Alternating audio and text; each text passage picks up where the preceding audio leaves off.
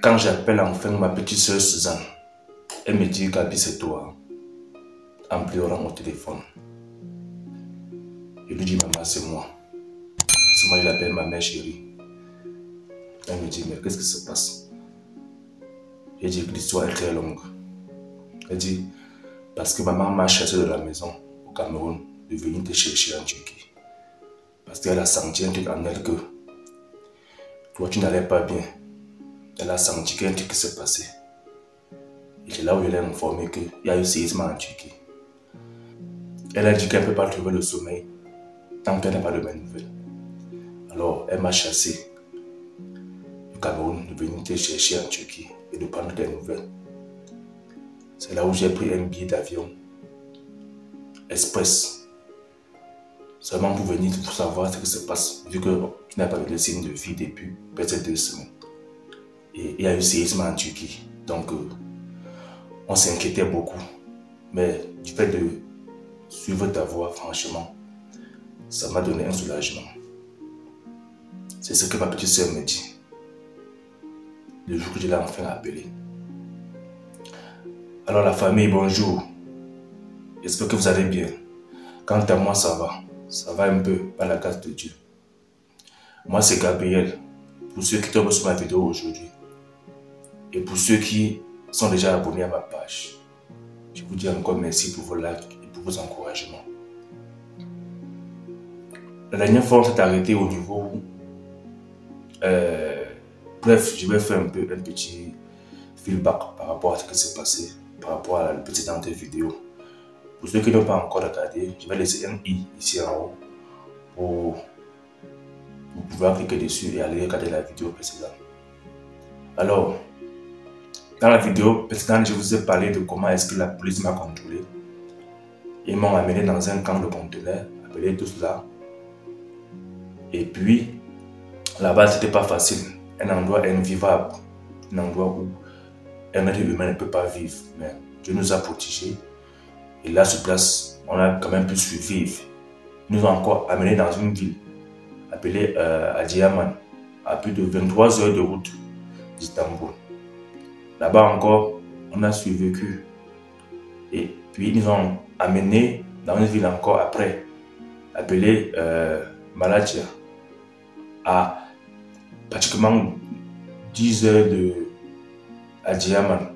Comme je vous ai dit, toujours on était enchaînés comme des bandits vulgaires. Mais jusqu'à là, on a survécu.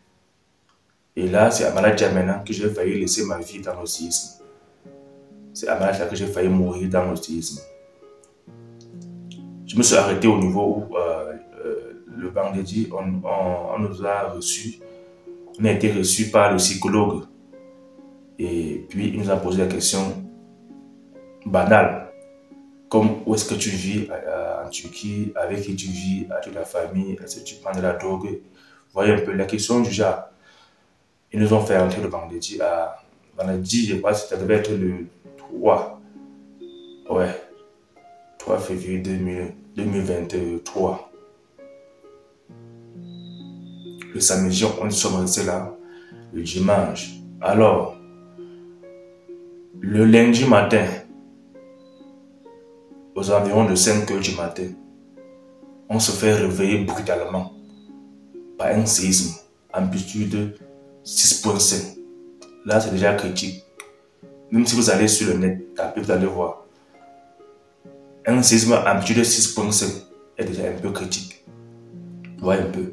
Ça veut dire les immeubles déjà qui sont un peu vieux, ça descend. Je dirais que les immeubles sont conçus sans les fer à l'intérieur. Parce que la manière que la terre vibre, tout ce qui est sur terre, si ce n'est pas tellement solide, ça va descendre à 6.5. C'est là où on se réveille brutalement. Il n'y a pas moyen de s'en sortir facilement parce que tout est saccagé. Il y a les lits en étage là en fer qui tombent. Les gens tombent. Vous voyez un peu, quelqu'un est à 2 mètres de hauteur, il descend. 2 mètres 30, 2 mètres 50, il tombe sur le sol, l'autre se casse les bras. Vous voyez comment est-ce que l'immeuble vibre. La terre vibre seule. voyez un peu, les lits en étage dans les chambres, ça commence à balancer dans tous les sens. Et puis sur ces lits en étage de hauteur même de 2 mètres, 2 mètres 20, 2 mètres 50, les gens sont en train de dormir. Et puis tu entends vraiment comment quelqu'un tombe au sol. Wam! Tout est en train de vibrer dans la prison. Tout se casse, les lits là se renversent avec les gens dessus. Les gens commencent à crier, les fenêtres se cassent. Tout ça, les ampoules décrochent du mur, ça descend. Et moi qui étais même couché au sol, parce que moi je n'aime pas dormir en hauteur, j'aime dormir un peu au sol.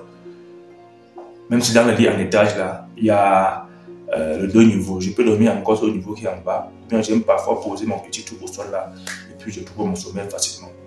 Alors il y a même le lit même qui vient même me bloquer au mur.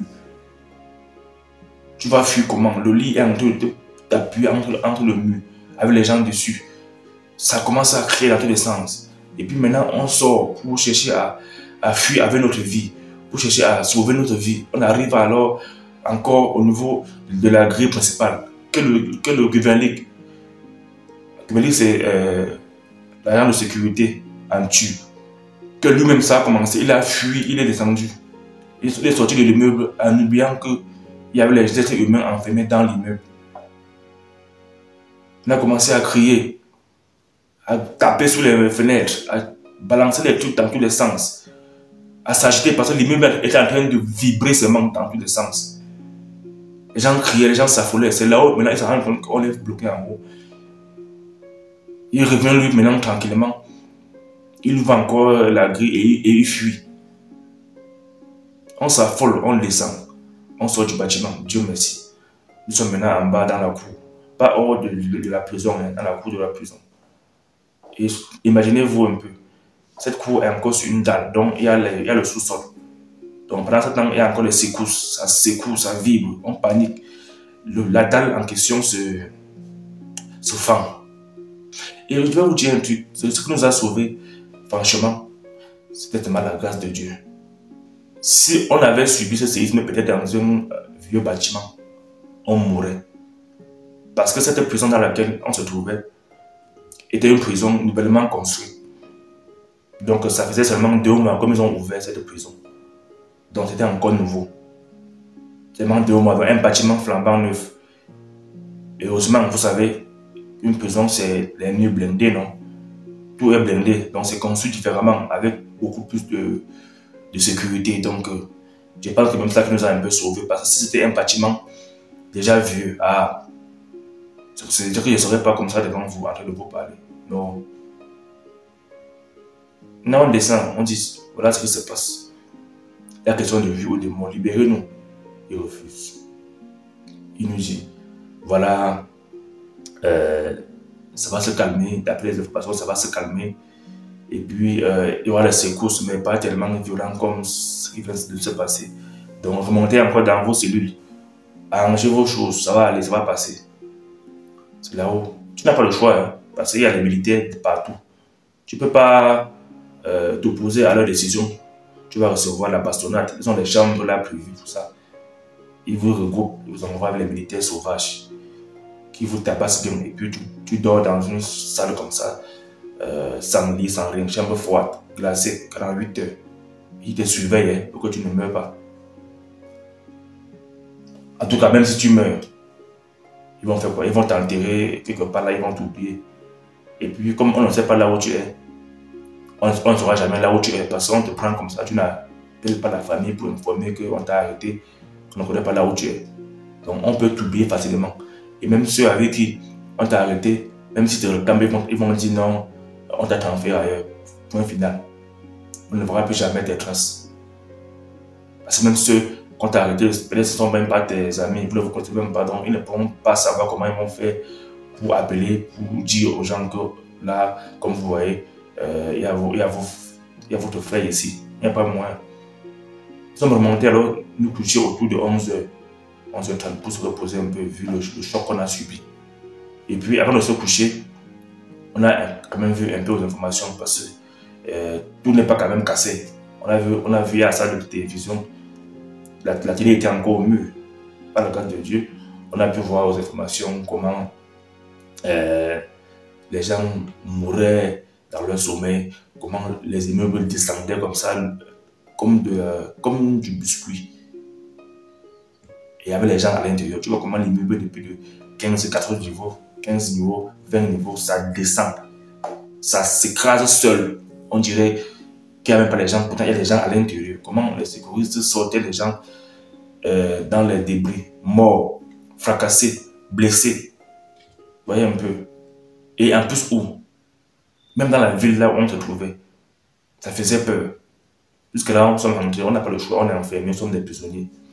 On s'est couché encore. À 11h30 alors, le grand frère est venu. Ce n'était plus le 6.5. Maintenant, c'est le 7.5. C'est très critique. Si avec ça tu suivis, c'est avec que les prières que tu fais, que tes parents font pour toi, marchent. Je vous assure. Quand l'autre là est venu, tu ne sentais pas seulement le bâtiment vibrer. C'est même comme si l'air même que tu respirais vibrait. Cette fois-ci, c'est la manière que les vitres sous les fenêtres se cassaient. La manière que le mur se fendait. Donc tu comprends que ce n'est plus l'affaire qui s'est passée le matin. La manière que le lit m'a bloqué au sol. Moi, je sors du bâtiment en dernier. Parce que le lit m'a bloqué au sol. Et ça vibrait. Il fallait d'abord que je puisse caler sur mon angle. Je bloque le lit.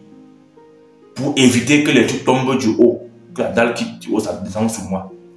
Vous savez un peu, si tu es dans un cas de séisme et qu'il n'y a pas moyen pour toi de sortir facilement, tu pars en bas, peut-être tu vas en bas peut-être de ton lit ou en bas de la table. Parce que en courant, un truc peut quitter du haut, ça descend, ça te heurte la tête ou bien le pied maintenant, et là, ça sera très grave. Donc moi, j'ai compris le système. Pendant que les gens s'agitaient, les gens couraient, tombaient et se blessaient. Parce que tu ne peux pas courir, le sol vibre. Tu veux courir, tu vas aller te heurter encore sur le mur.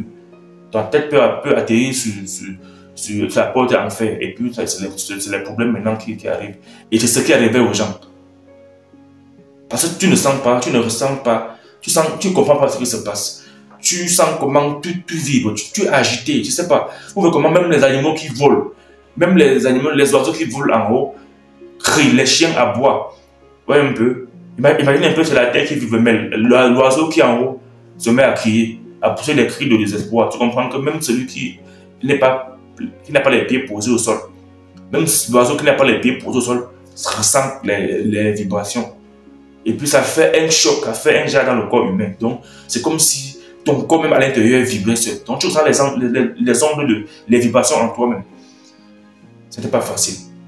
Donc du coup, ça pousse les gens à s'agiter. Et c'est là où les gens se prennent les lits sur la tête. Les morceaux de parpaing sur la tête. Parce que les murs se décrochaient déjà des poteaux porteurs. Et moi, par la grâce de Dieu, comme j'étais coincé au sol, avec un lit qui voulait tomber sur moi, ça m'a un peu protégé des morceaux de verre qui s'éclataient dans tous les sens. Des ampoules maintenant du haut qui descendaient, qui étaient dessus les gens. Et puis j'ai quand même réussi à, quand ça a un peu baissé, j'ai réussi donc à sortir des débris. Donc on sort du bâtiment, nous sommes dehors, dans la cour. C'est là où ils envoient encore maintenant peut-être 150 ou 200 militaires armés jusqu'aux dents.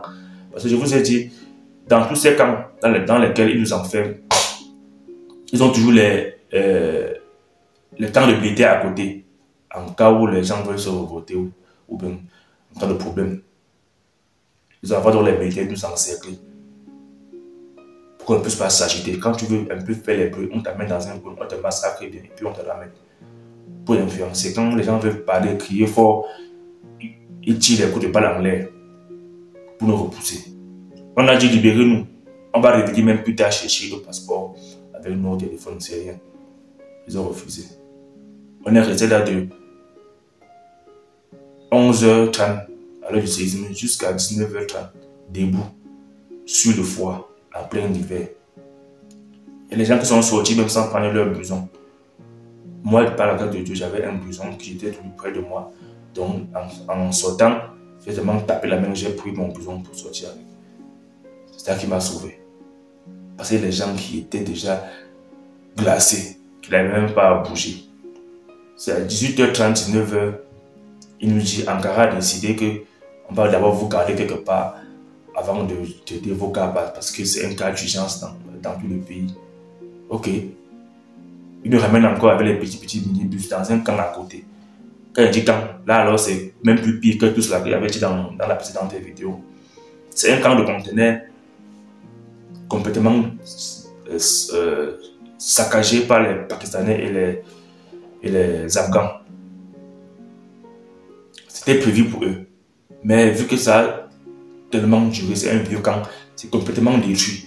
Donc à l'intérieur, c'est juste les conteneurs posés comme ça. Vieux, conteneurs vieux, fatigués, les gens ont déféqué partout. Il n'y a pas l'eau. Il n'y a pas un coin pour dire que vous dois te laver. Non, il n'y a pas le coin de toilette. Là-bas, c'est le Texas. On appelle ça le Texas. Il n'y a plus rien dans les conteneurs, rien. Donc, si tu trouves un conteneur, même qui a même une porte, ça veut dire que c'est là où les Afghans sont à l'intérieur. Maintenant, nous, on nous prend, on nous verse là. Débrouillez-vous. On a eu la chance que, comme je vous l'ai toujours dit, parmi nous, il y avait un frère musulman, un Sénégalais musulman. Il a parlé avec les Pakistanais croyants, les musulmans là-bas qui font leur prière, qui prient.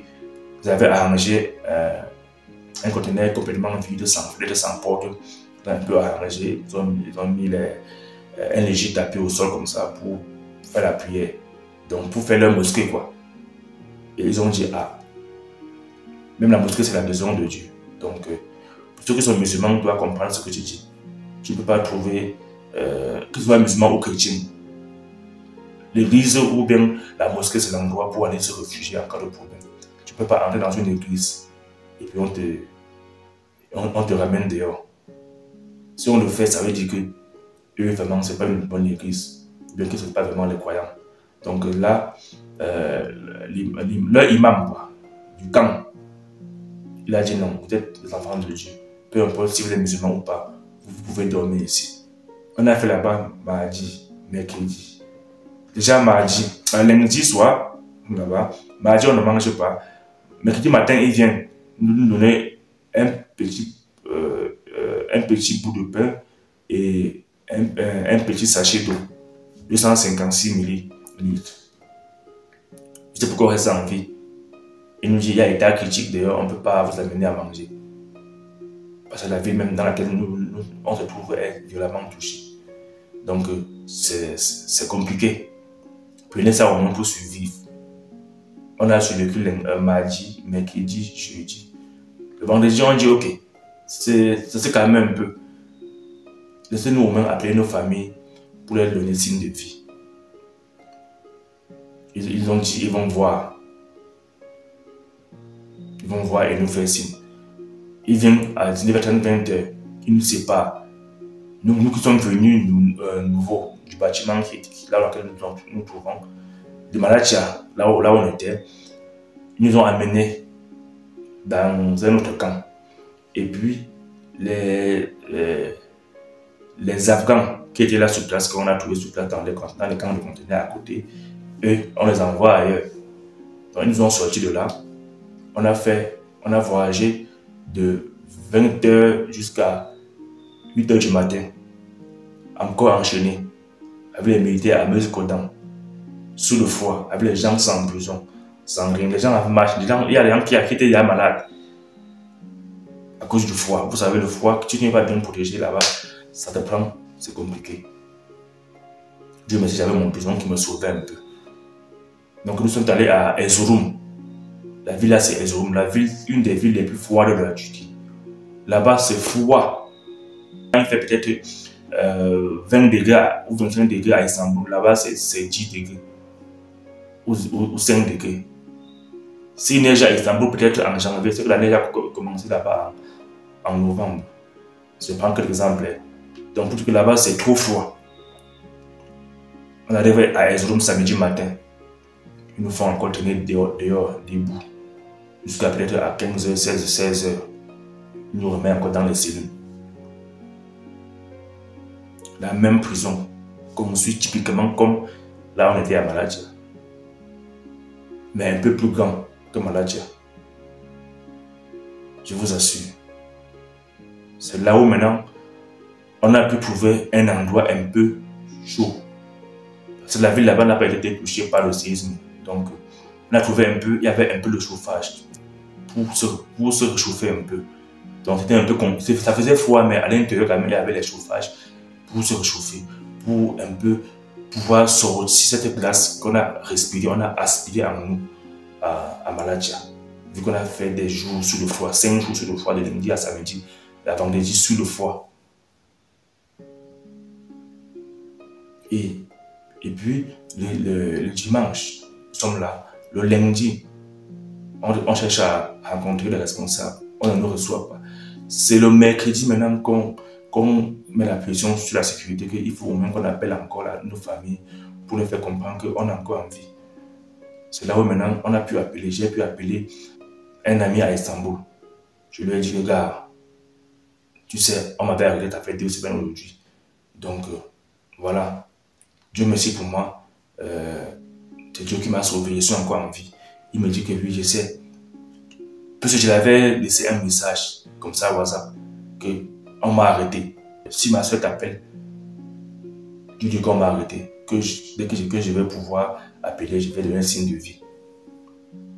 C'est là où maintenant il me dit que ma petite soeur est comme ça à Istanbul même, il faut que je l'appelle. J'ai dit ok, attends, je l'appelle. Je l'ai appelé.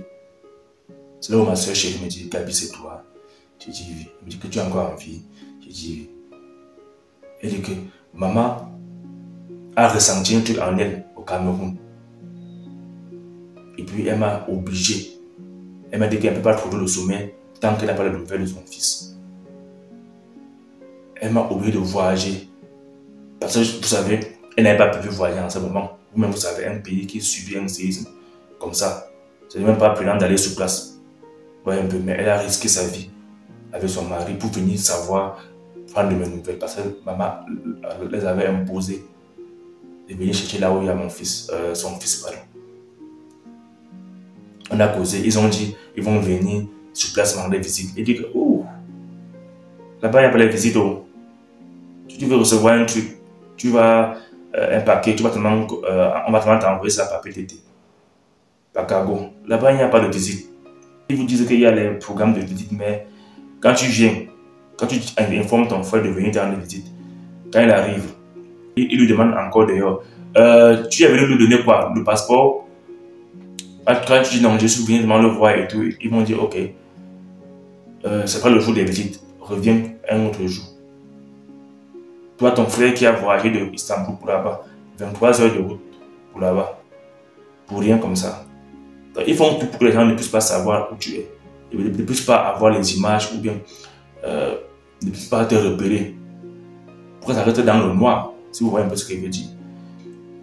J'ai dit, ma soeur chérie, tu ne peux pas venir me voir, c'est impossible. C'est la prison. C'est même plus pire que la prison. Elle a alors dit que comment il peut faire alors pour...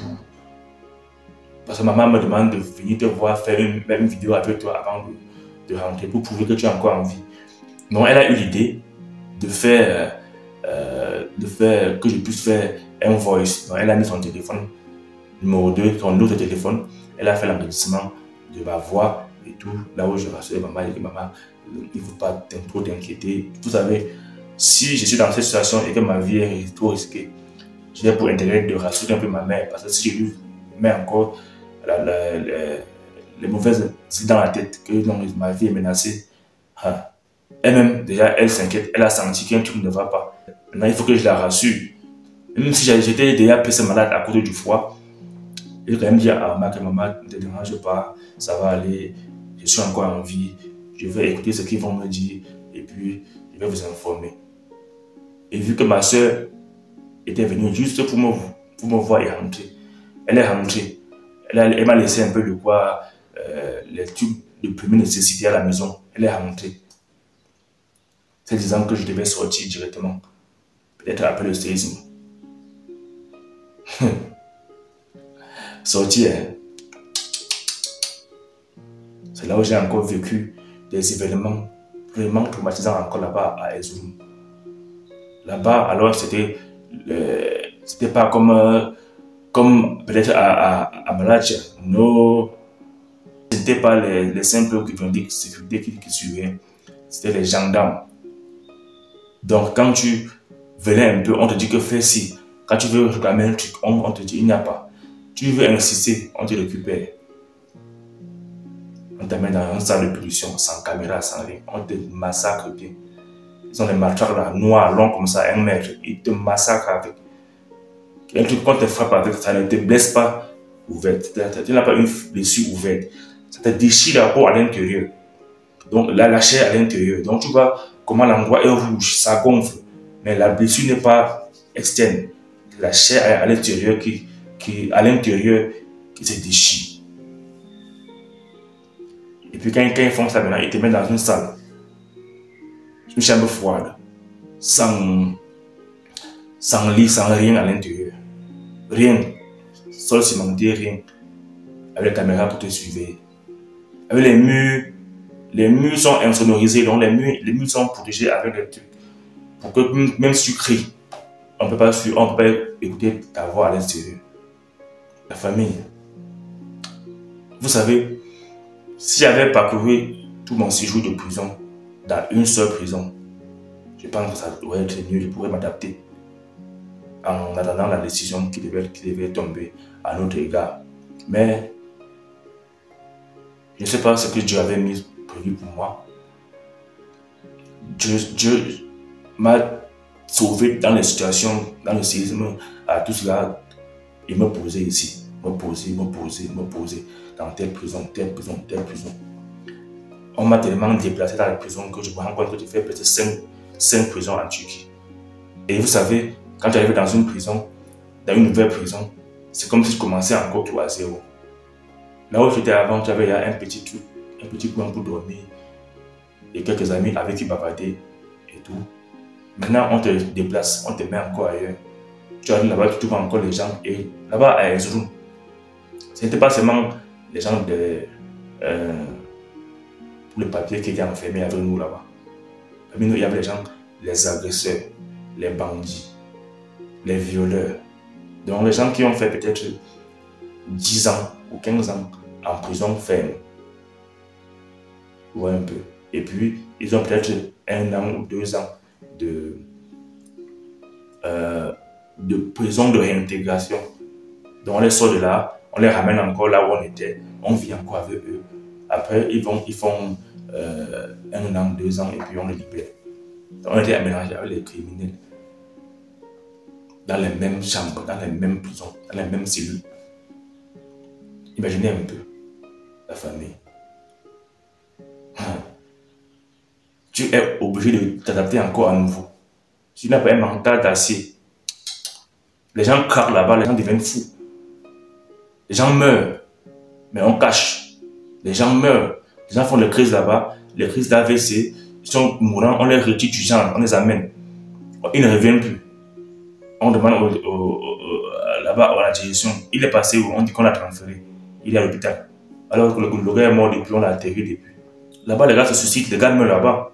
Les gens meurent là-bas, les gens se suicident là-bas. J'ai vu quelqu'un s'accrocher comme ça. Il a pris les draps, il a déchiré pour faire la corde, pour se pendre avec. Les gens se blessent, les gens cherchent les morceaux de verre. Ils cassent les morceaux de verre de la fenêtre, ou bien les morceaux de fer. Ils se blessent avec, ils se déchirent la peau avec, ils se déchirent la peau, ils se coupent même la gorge pour mourir. Les gens meurent là-bas. Trop de stress, trop de pression, tu fais la prison pour rien. J'ai vu des choses là-bas dans la prison à Erzurum, la famille. Je vais vous faire une vidéo par rapport à ça. Une vidéo pour mon séjour à Erzurum et pour la suite de notre histoire. Parce que la vidéo ci est déjà assez longue. On va continuer ça dans une prochaine vidéo. L'histoire que j'ai vécue à Erzurum, comment est-ce qu'on a été maltraité à Erzurum, tabassé, enfermé. Je vais le faire dans une prochaine vidéo qui va suivre. Alors, pour la suite de notre aventure, restez abonnés, restez scotchés, activez la cloche de notification pour ne pas manquer la suite de mon histoire, ce que j'ai vécu à Erzurum, comment j'ai été maltraité à Erzurum. Restez scotchés la famille. Sur ce, portez-vous bien. Il faut toujours prier et remercier Dieu pour le souffle de vie.